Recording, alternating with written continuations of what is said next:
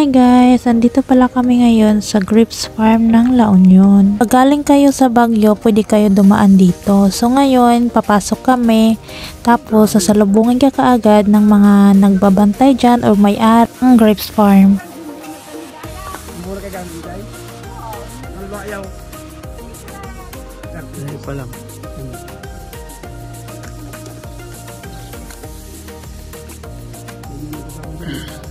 Rap.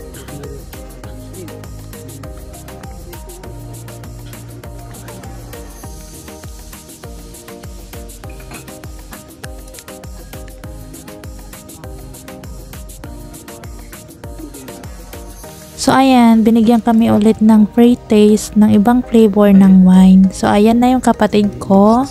Ayan, nagkumukuha na siya. First time yan. Habang naninitas, kumakain na para masulit. Teo.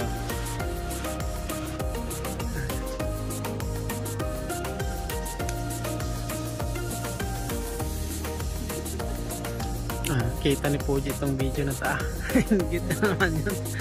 Si Puji diba nakapunta dito eh. Ayun.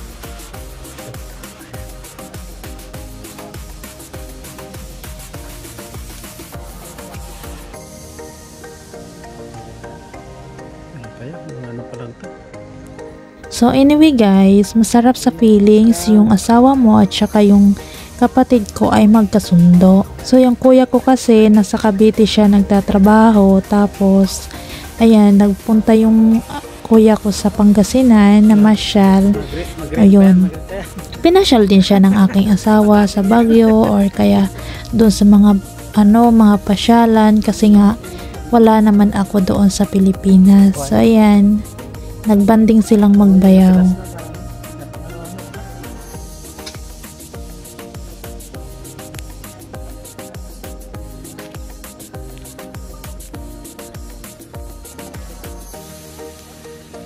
Tirahin muna natin yung ano yun.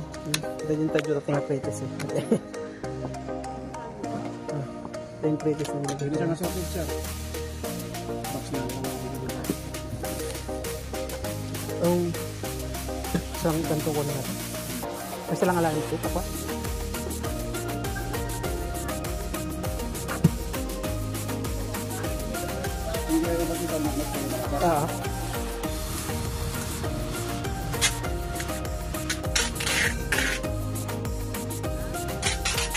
Bago nagan na itong farm. Bago nagan na itong farm.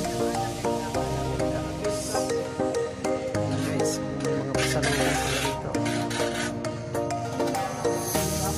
Lang kayo dito sa... Kanya patilaw nyo na ito yung... Urayong bawang. So, yun. Ay, kita taga-Bulinaw ta. Ano ko ah?